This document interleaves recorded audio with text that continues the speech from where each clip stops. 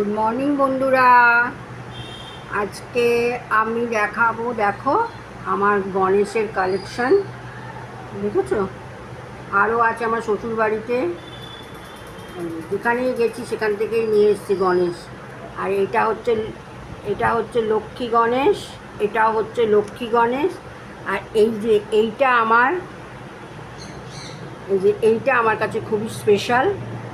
একবার আমার বর দিয়েছিল ভ্যালেন্টাইন ডেতে, এটা আর একটা ঘড়ি। আমার এইটা পেয়ে আমি এত খুশি হয়েছিলাম, কি বলবো। আমার গণেশকে খুব ভাল লাগে।